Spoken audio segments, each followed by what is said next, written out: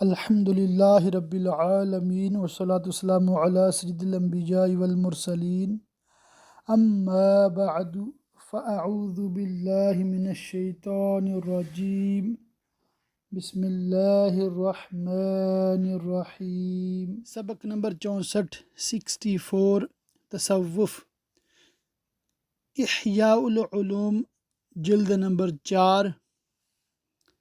اس میں 7ویں فصل ہے، خوف کے حوالے سے جو بیان چل رہا ہے اس کی۔ پہلا ہی جو عنوان ہے برے خاتمے کا مفہوم، اس سے انشاءاللہ تعالی مزید پڑھنے سننے کی سعادت پائیں گے۔ انتہائی توجہ کے ساتھ سماعت کرتے جائیں اور ان باتوں کو اپنے دل کے گلدستے میں سجاتے جائیں تاکہ یہ باتیں ذہن میں رہیں اور ان پر عمل بھی ہو۔ بہت ہی اہم ٹاپک ہے۔ سوال: آپ نے جن صالحین کے خوف کا تذکرہ کیا ہے ان میں سے اکثر کا خوف برے خاتمے سے متعلق ہے، اس لیے برے خاتمے کا معنی بھی بیان فرما دیجئے۔ جواب سنیے۔ برے خاتمے کے 2 درجے ہیں جن میں سے ایک دوسرے سے زیادہ سخت ہے۔ پہلا درجہ، یہ برے خاتمے کا انتہائی شدید اور ہولناک درجہ ہے کہ موت کی سختیوں اور اس کی تکلیفوں کے ظہور کے وقت انسان کے دل پر اللہ عز و جل اور ایمانیات کے بارے میں شک یا انکار غالب آ جائے، پھر اسی شک یا انکار کے غلبے کی حالت میں اس کی روح قبض کر لی جائے اور اس کے دل پر غالب آنے والی یہ کیفیت ہمیشہ کے لیے بندے اور اللہ عز و جل کے درمیان پردہ بن جائے۔ برے خاتمے کے اس درجے کا شکار ہونے والا شخص ہمیشہ کے لیے اللہ عز و جل کی رحمت سے دوری اور دائمی عذاب کا مستحق ہے۔ الامان والحفیظ۔ اللہ تعالی ہم سب کا ایمان سلامت رکھے، ہمارے سب رشتہ داروں کا اور سبھی مسلمانوں کا ایمان سلامت رکھے۔ دوسرا درجہ، یہ درجہ پہلے درجے سے ہلکا ہے۔ اس کی صورت یہ ہے کہ موت کے وقت بندے کے دل پر کسی دنیاوی معاملے یا شہوت کی محبت غالب آ جائے اور یہ محبت اس کے دل کو اس طرح سے گھیر لے کہ دل میں اس حالت میں کسی اور کی گنجائش نہ رہے، پھر اس کی روح اسی حالت میں قبض ہو جائے کہ اس کا دل دنیا کی محبت میں ڈوبا ہوا ہو اور وہ ہمتاً اپنے ظاہر و باطن کے ساتھ دنیا کی طرف متوجہ ہو۔ جب بھی کسی کی توجہ اللہ سے ہٹتی ہے تو اس کے اور اللہ کے درمیان حجاب ہو جاتا ہے، اور جو بندہ اللہ عز و جل سے حجاب میں رہتا ہے اس پر عذاب نازل ہوتا ہے، کیونکہ اللہ عز و جل کی بھڑکتی ہوئی آگ صرف ان لوگوں کو پکڑے گی جو اس سے حجاب میں ہیں، جبکہ وہ بندہ مومن جس کا دل دنیا کی محبت سے محفوظ اور یاد خدا بندی میں مصروف ہے، دوزخ کی آگ اس سے کہے گی اے بندہ مومن جلد گزر جا کہ تیرے نور نے میرے شعلوں کو بجھا دیا ہے۔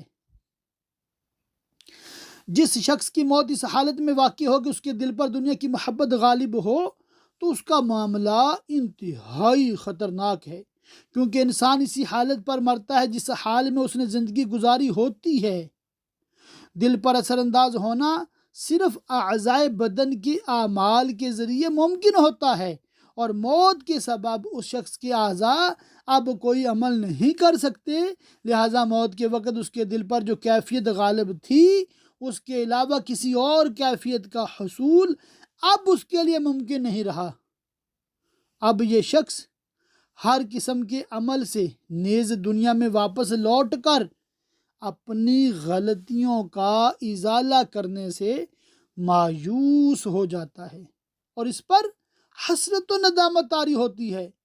اگر اس شخص کے دل میں طویل مدت تک اصل ایمان اور اللہ کی محبت راسخ رہے ہوں اور اس نے نیک اعمال کے ذریعے انہیں مضبوط بھی کیا ہو تو پھر ممکن ہے کہ یہ چیزیں موت کے وقت اس کے دل پر طاری ہونے والی اس کیفیت کو ختم کر دیں۔ پھر اگر اس کے ایمان کی قوت ایک مسکال جتنی ہوئی تو اللہ عز و جل جلد اسے دوزخ سے رہائی عطا فرمائے گا، اور اگر اسے کم ہوئی تو اس کا دوزخ میں قیام طویل ہوگا، اور اگر کسی کا ایمان رائی کے دانے برابر ہوا تو بھی وہ دوزخ سے ضرور نکلے گا، اگرچہ ہزاروں سال کے بعد نکلے۔ اللہ اللہ اللہ اللہ اللہ اللہ۔ عذاب قبر کے بارے میں جواب لکھا ہے یہاں پر، عذاب قبر کا انکار کرنے والا شخص بدعتی ہے، اور اللہ عز و جل کے نور اور نور قرآن نور ایمان سے حجاب میں ہے۔ اصحاب بصیرت کے نزدیک درست بات وہی ہے جو حدیث صحیح حدیث سے ثابت ہے کہ قبر یا تو دوزخ کے گھڑوں میں سے گھڑا ہے یا جنت کے باغوں میں سے ایک باغ ہے۔ پھر سوال پیدا ہوتا ہے کہ برے خاتمے کے اسباب کیا ہیں؟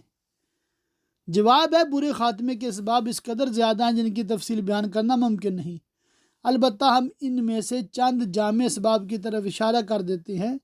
شک اور انکار کی حالت میں خاتمے کے اسباب دو قسموں پر منحصر ہے۔ پہلا سبب، یہ سبب زہد و تقوی اور انتہائی نیک اعمال کے ساتھ بھی جمع ہو سکتا ہے، جیسے بدعتی عبادت گزار، کیونکہ ایسے شخص کے نیک اعمال کے باوجود اس کی آخرت خطرے میں ہوتی ہے۔ میری مراد کوئی خاص بات یا مسلک نہیں ہے جسے میں بدعت قرار دوں، نیز اس بات کا بیان کلام کی طوالت کا باعث ہے، بلکہ بدعت سے میری مراد یہ ہے کہ انسان اللہ کی ذات و صفات اور افعال کے بارے میں ایسا عقیدہ رکھے جو حق کے خلاف ہو جائے، جو حق کے خلاف ہو، چاہے یہ خلاف حقیقت عقیدہ رکھنا اپنی رائے، عقل اور قیاس کے سبب ہو، جس کے ذریعے یہ شخص مخالف سے جھگڑتا اور اس پر اعتماد کرتا ہے، یا پھر کسی کی پیروی کرتے ہوئے اس عقیدے کو اختیار کیا ہو۔ جس شخص کی یہ حالت ہو جب اس کی موت کا وقت قریب آتا ہے، ملک الموت علیہ السلام روح قبض کرنے کے لیے تشریف لاتے ہیں اور دل پر گھبراہٹ طاری ہوتی ہے، تو بعض اوقات اس شخص پر یہ انکشاف ہوتا ہے کہ وہ اپنی جہالت کے باعث جس عقیدے پر قائم تھا وہ عقیدہ باطل تھا۔ تو یہاں پر امام غزالی علیہ رحمہ عقائد حقہ اہل سنت و جماعت پر کاربند رہنے اور بد مذہبوں جیسے فی زمانہ شیعہ، وہابی، دیوبندی، ان سے دور رہنے کی ترغیب ارشاد فرما رہے ہیں، اور یہ جو نئے نئے فرقے ہیں ان کے جو عقائد ہیں یہ بہت بڑی بدعت ہے، کیونکہ یہ بالکل دین سے الگ چیز ہے اور نئی چیز ہے۔ صحابہ کرام علیہم رضوان کے عقائد و نظریات پر اللہ کے فضل سے اہل سنت و جماعت آج بھی قائم ہے۔ دوسرا سبب، برے خاتمے کی پہلی قسم کا دوسرا سبب، اصل ایمان کا کمزور ہونا اور دنیا کی محبت کا دل پر غالب آ جانا ہے۔ جب بھی کسی بندے کا ایمان کمزور ہوتا ہے تو اس کے دل میں موجود اللہ عز و جل کی محبت بھی کمزور پڑ جاتی ہے اور دنیا کی محبت مضبوط ہو جاتی ہے۔ اگر یہ سلسلہ جاری رہے تو پھر ایک وقت ایسا آتا ہے کہ بندے کے دل میں اللہ کی محبت صرف برائے نام رہ جاتی ہے، اور اس میں اتنی طاقت نہیں ہوتی کہ نفس کی مخالفت کر سکے یا پھر بندے کو شیطان کے راستے پر چلنے سے روک سکے۔ نتیجہ یہ نکلتا ہے کہ بندہ نفسانی خواہشات کی پیروی میں منہمک رہتا ہے، یہاں تک کہ اس کا دل تاریک، سخت اور سیاہ ہو جاتا ہے۔ پھر اس پہ حجت الاسلام امام غزالی علیہ رحمۃ اللہ الوالی نے کافی پھر اس میں کلام فرمایا ہے۔ تو یہ دو مین اور بنیادی اسباب بیان ہوئے، آگے پھر انہی اسباب کی وضاحت ہے جو کہ ایک علمی گفتگو ہے، فائدے سے خالی تو نہیں ہے، مگر ایک مفہوم اور اس کا ایک خلاصہ میں نے آپ لوگوں کے سامنے رکھ دیا ہے۔ تو بیسک اور بنیادی یہ ہے کہ برے عقیدے سے بھی بچنا ہے اور برے اعمال سے بھی بچنا ہے، فرائض و واجبات کی پابندی کرنی ہے اور حرام اور مکروہ کاموں سے بچنا ہے۔ 300 انبیاء کرام علیہ السلام کا برے خاتمے سے خوف۔ حضرت سیدنا سہل بن عبداللہ تستری علیہ رحمۃ اللہ الولی فرماتے ہیں، خواب میں خود کو میں نے جنت میں پایا جہاں میں نے 300 انبیاء کرام علیہ السلام سے ملاقات کی اور ان سب سے یہ سوال کیا کہ آپ حضرات دنیا میں سب سے زیادہ کس چیز سے خوف زدہ تھے؟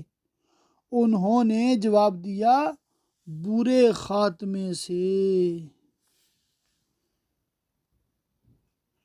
الہی برے خاتمے سے بچانا، الہی برے خاتمے سے بچانا، پڑھوں کلمہ جب نکلے دم یا الہی، پڑھوں کلمہ جب نکلے دم یا الہی۔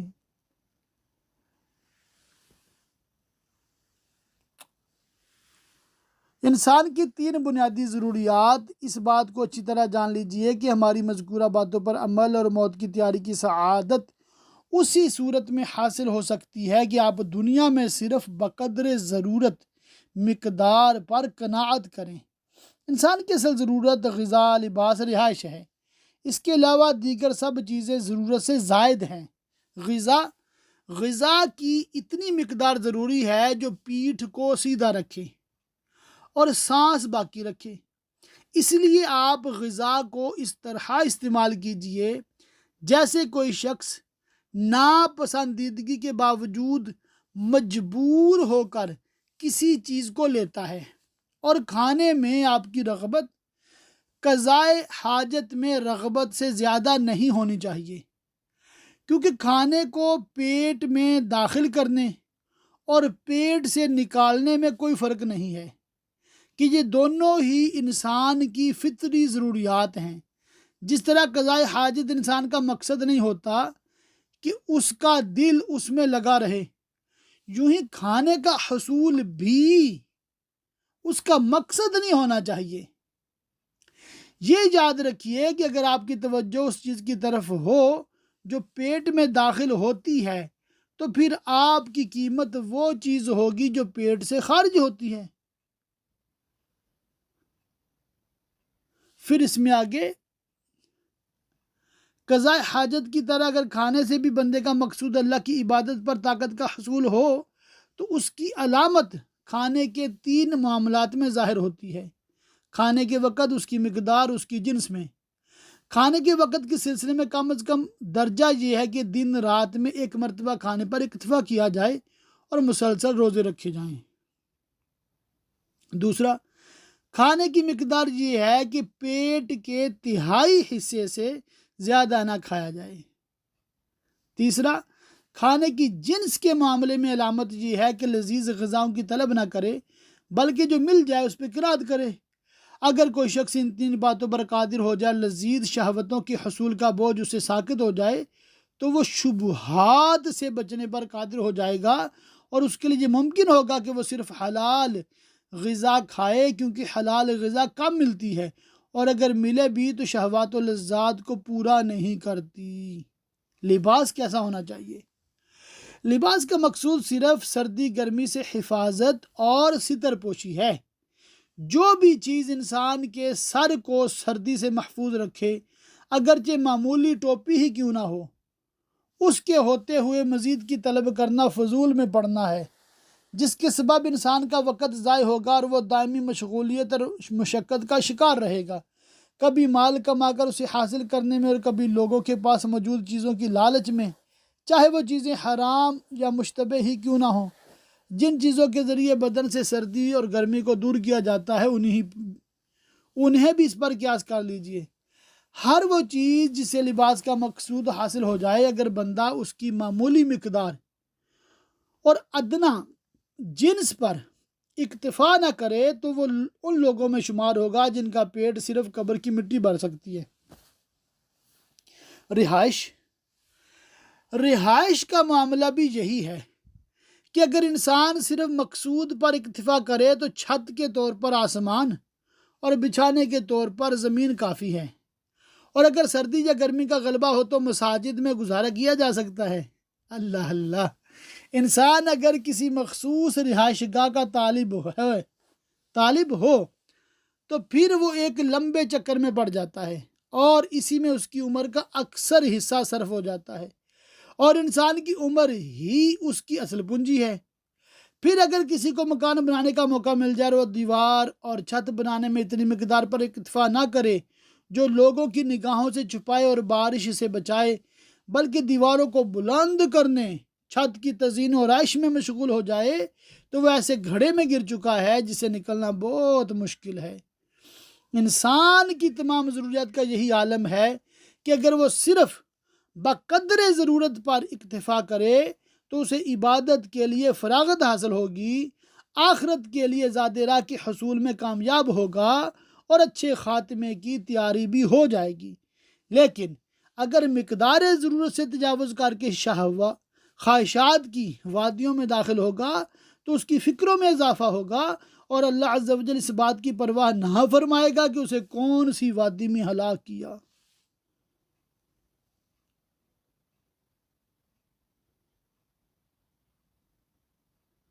8ویں فصل ہے انبیاء کرام علیہ السلام اور ملائکہ اعظام علیہ السلام کا خوف خدا۔ ام المومنین حضرت عائشہ صدیقہ طیبہ طاہرہ رضی اللہ تعالیٰ عنہ کا بیان ہے کہ جب ہوا بدلتی اور تیز آندھی چلتی تو پیارے مصطفیٰ صلی اللہ علیہ وآلہ وسلم کا چہرہ انور کا رنگ متغیر ہو جاتا، آپ کھڑے ہو جاتے اور حجرہ مقدسہ میں چکر لگاتے، کبھی اندر تشریف لاتے اور کبھی باہر جاتے، اور یہ کیفیت اللہ عز و جل کی عذاب کے خوف سے ہوتی تھی۔ میٹھے میٹھے آقا مکی مدنی مصطفیٰ صلی اللہ علیہ وسلم نے ایک مرتبہ سورہ حاقہ کی ایک آیت تلاوت فرمائی تو بے ہوش ہو گئے۔ اللہ عز و جل ارشاد فرماتا ہے وَخَرَّ مُوسَىٰ صَعِقًا، اور موسیٰ گرا بے ہوش۔ سرکار نامدار مدینہ کے تاجدار صلی اللہ تعالی علیہ وآلہ وسلم نے ابطح کے مقام پر حضرت سیدنا جبرائیل علیہ السلام کی صورت دیکھی تو بے ہوش ہو گئے۔ ایک روایت میں ہے کہ رسول کریم شاہ بنی آدم صلی اللہ علیہ وآلہ وسلم جب نماز شروع فرماتے تو سینہ انور سے اس طرح کی آواز آتی جیسے ہنڈیا کے ابلنے کی آواز آتی ہے۔ سیدنا جبریل علیہ السلام کا خوف۔ سید عالم نور مجسم صلی اللہ علیہ وسلم نے ارشاد فرمایا جبریل علیہ السلام جب بھی میرے پاس آتے وہ جبار عز و جل کے خوف سے کانپ رہے ہوتے۔ منقول ہے کہ جب ابلیس نے سیدنا آدم علیہ السلام کو سجدہ کرنے سے انکار کیا اور مردود ہوا تو سیدنا جبریل اور میکائیل علیہ السلام رونے لگے۔ اللہ عز و جل نے دریافت فرمایا تم دونوں کو کیا ہوا کہ روتے ہو؟ عرض کی اے ہمارے رب ہم تیری خفیہ تدبیر سے بے خوف نہیں ہیں۔ ارشاد خداوندی ہوا اسی طرح رہنا، میری خفیہ تدبیر سے بے خوف مت ہونا۔ حضرت سیدنا محمد بن منقدر رحمۃ اللہ تعالی علیہ سے مروی ہے جب دوزخ کو بنایا گیا تو فرشتوں کے دل ان کے سینوں سے باہر آ گئے، پھر جب انسان کو پیدا کیا گیا تو وہ اپنی جگہ واپس آئے۔ اللہ اللہ، کبھی ہنستے نہیں دیکھا۔ حضرت سیدنا انس رضی اللہ تعالیٰ عنہ سے مروی ہے کہ رسول کریم صلی اللہ علیہ وسلم نے حضرت سیدنا جبرائیل علیہ السلام سے استفسار فرمایا کیا بات ہے کہ میں نے میکائیل علیہ السلام کو کبھی ہنستے نہیں دیکھا؟ انہوں نے عرض کی جب سے دوزخ کو پیدا کیا گیا ہے میکائیل علیہ السلام کبھی نہیں ہنسے۔ اللہ اللہ اللہ اللہ۔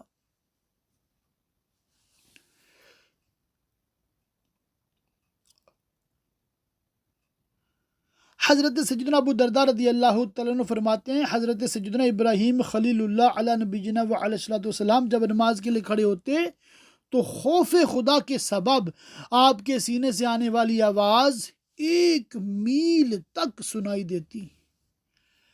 حضرت سیدنا مجاہد علیہ رحمت اللہ الواحد فرماتے ہیں حضرت سیدنا داؤد علیہ السلام مسلسل 40 دن تک سجدے کی حالت میں روتے رہے اور سر نہ اٹھایا، یہاں تک کہ آپ کی آنسوؤں سے گھاس اگ آئی، جس نے آپ کے سر کو ڈھانپ لیا۔ غیب سے ندا آئی، اے داؤد کہ آپ بھوکے ہیں کہ آپ کو کھانا کھلایا جائے، پیاسی ہیں کہ پانی پلایا جائے، یا بے لباس ہے کہ لباس پہنایا جائے۔ یہ سن کر آپ علیہ السلام نے ایسی چیخ ماری کہ آپ کے خوف کی گرمی سے لکڑی خشک ہو کر جل گئی۔ پھر اللہ عز و جل نے آپ کو توبہ کی قبولیت اور مغفرت کا پروانہ عطا فرمایا تو آپ نے بارگاہ خداوندی میں عرض کی، اے اللہ میری اجتہادی خطا کو میری ہتھیلی میں ظاہر فرما دے۔ چنانچہ آپ کی خطا اجتہادی آپ کی ہتھیلی میں تحریر کر دی گئی، اور آپ جب بھی کھانے یا پینے کے لیے اپنی ہتھیلی کو کھولتے تو اس میں یہ تحریر دیکھ کر رونے لگتے۔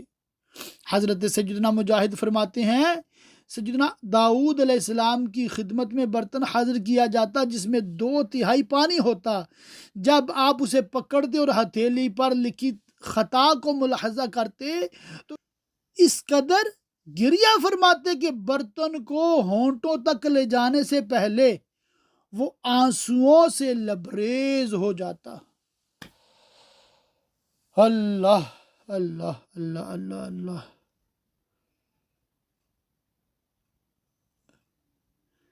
اسی طرح داؤد علیہ السلام کے حوالے سے مزید یہاں واقعات بیان کیے گئے ہیں۔ حضرت سیدنا ابن عمر رضی اللہ تعالیٰ عنہما فرماتے ہیں حضرت سیدنا یحییٰ بن زکریا علیہ السلام 8 سال کی عمر میں بیت المقدس تشریف لے گئے تو وہاں موجود عبادت گزاروں کو دیکھا کہ انہوں نے بالوں اور اون کا لباس پہن رکھا ہے، جبکہ ان میں سے جو عبادت میں زیادہ کوشش کرنے والے تھے انہوں نے اپنے گلے کی ہڈیوں میں سوراخ کر کے اور ان میں زنجیریں ڈال کر اپنے آپ کو بیت المقدس کے ستونوں سے باندھ رکھا ہے۔ یہ منظر دیکھ کر آپ خوف زدہ ہو گئے۔ پھر جب وہاں سے اپنے والدین کی طرف واپس آنے لگے تو کچھ بچوں کے پاس سے گزر ہوا جو کھیل رہے تھے۔ انہوں نے آپ سے کہا، یحییٰ آؤ تم بھی ہمارے ساتھ کھیلو۔ آپ علیہ السلام نے جواب دیا، مجھے کھیلنے کے لیے نہیں بنایا گیا۔ آپ اپنے والدین کی خدمت میں حاضر ہوئے، ان سے عرض کیا مجھے بھی بالوں کا لباس پہنا دیں۔ انہوں نے ایسا ہی کیا تو آپ اس لباس کو پہن کر بیت المقدس تشریف لے گئے۔ دن کو بیت المقدس کی خدمت کرتے اور رات میں چراغ روشن فرماتے۔ جب آپ علیہ السلام کی عمر مبارک 15 سال کی ہوئی تو بیت المقدس کے بجائے پہاڑوں اور غاروں میں رہائش اختیار فرما لی۔ آپ کے والدین آپ کی تلاش میں نکلے تو آپ کو بحیرہ اردن کے کنارے اس حال میں پایا کہ آپ نے اپنے دونوں پاؤں پانی میں ڈال رکھے ہیں، سخت پیاس کا شکار ہیں اور اللہ عز و جل کی بارگاہ میں عرض کر رہے ہیں، تیری عزت و جلال کی قسم میں اس وقت تک ٹھنڈا پانی نہیں پیوں گا جب تک مجھے اس بات کا علم نہ ہو جائے کہ تیری بارگاہ میں میرا مقام کیا ہے۔ والدین نے آپ سے کہا جو کہ اس روٹی سے افطار کر لیں جو ہم ساتھ لائے ہیں اور پانی پی لیں۔ آپ نے ایسا ہی کیا اور اپنی قسم کا کفارہ ادا کیا۔ اللہ عز و جل نے والدین کے ساتھ حسن سلوک کے حوالے سے آپ کی تعریف فرمائی۔ آپ علیہ السلام کے والدین آپ کو واپس بیت المقدس لے گئے۔ جب آپ نماز میں قیام فرماتے تو اتنا روتے کہ درخت اور پتھر بھی آپ کے ساتھ رونے لگتے، اور آپ کے رونے کے سبب حضرت سیدنا زکریا علیہ السلام بھی اس قدر روتے کہ بے ہوش ہو جاتے۔ اللہ اللہ۔ رونے والی آنکھیں مانگو، رونا سب کا کام نہیں۔ ذکر محبت عام ہے لیکن سوز محبت عام نہیں۔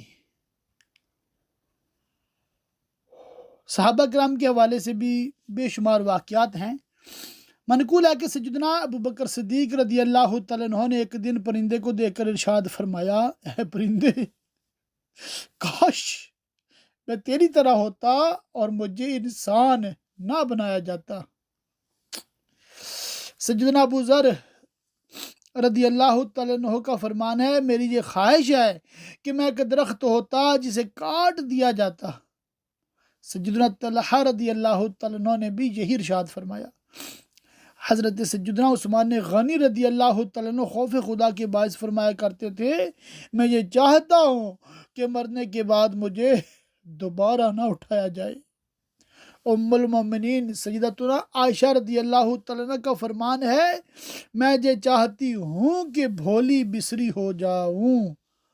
منقول ہے کہ امیر المومنین سیدنا عمر فاروق اعظم رضی اللہ تعالیٰ عنہ جب قرآن پاک کی کوئی آیت سنتے تو خوف خدا کے سبب بے ہوش ہو کر زمین پر تشریف لے آتے، اور پھر کئی دن تک آپ کی حالت ایسی ہوتی کہ لوگ آپ کی عیادت کے لیے آیا کرتے۔ ایک روز آپ نے زمین سے ایک تنکا اٹھا کر فرمایا، کاش میں یہ تنکا ہوتا، کوئی قابل ذکر چیز نہ ہوتا، اے کاش میں بھولا بسرا ہو جاتا، کاش میری ماں مجھے نہ جانتی۔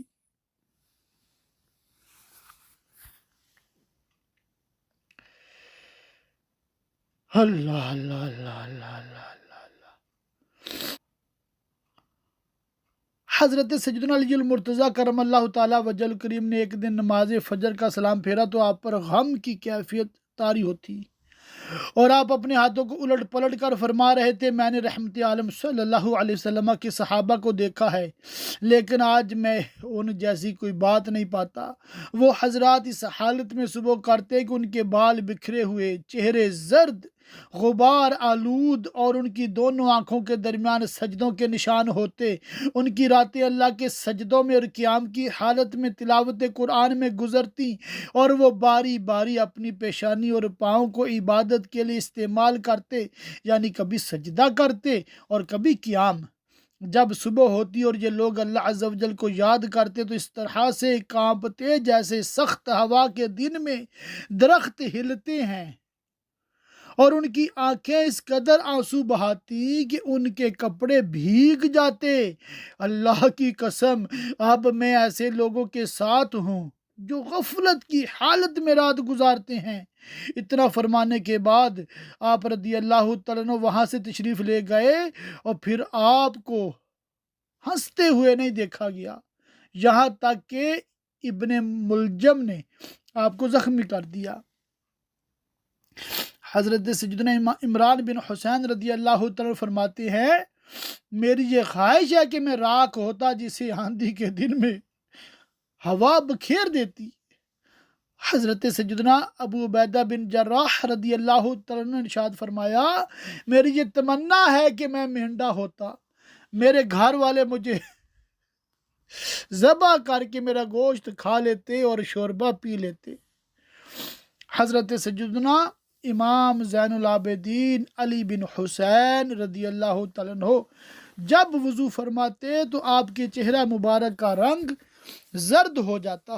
گھر والے عرض کرتے کہ آپ کو وضو کے وقت کیا ہو جاتا ہے؟ ارشاد فرماتے، کیا تم جانتے نہیں کہ میں کس کے سامنے کھڑا ہونے والا ہوں؟ حضرت سیدنا موسیٰ بن مسعود رضی اللہ تعالیٰ عنہ فرماتے ہیں، ہم جب سیدنا سفیان ثوری رضی اللہ تعالیٰ عنہ کی صحبت میں حاضر ہوتے تو ان کا خوف اور گھبراہٹ دیکھ کر ہمیں ایسا محسوس ہوتا جیسے ہمارے ارد گرد آگ موجود ہے۔ اللہ اکبر، اللہ اکبر۔ تو یہ بہت اس طرح کے واقعات ہیں۔ ان واقعات کو بیان کرنے کا مقصد اور مقصود یہی ہے کہ ہمیں اللہ تعالیٰ کی خفیہ تدبیر سے بے خوف نہیں ہونا، کبھی بھی اپنے علم پر، اپنے عبادات پر، نیک اعمال پر ناز نخرے نہیں کرنے، بس اللہ تعالیٰ سے عافیت کا سوال کرنا ہے، ایمان کی سلامتی کا سوال کرنا ہے اور اس کی بارگاہ میں عاجزی کا اظہار کرنا ہے۔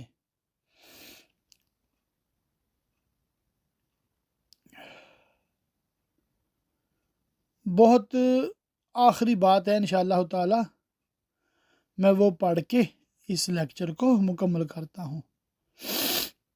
تھوڑا میں بلند اور تیز پڑھوں گا، امید ہے انشاءاللہ تعالی آپ اس کو قبول فرمائیں گے۔ ہم کیوں خوف زدہ نہیں ہوتے؟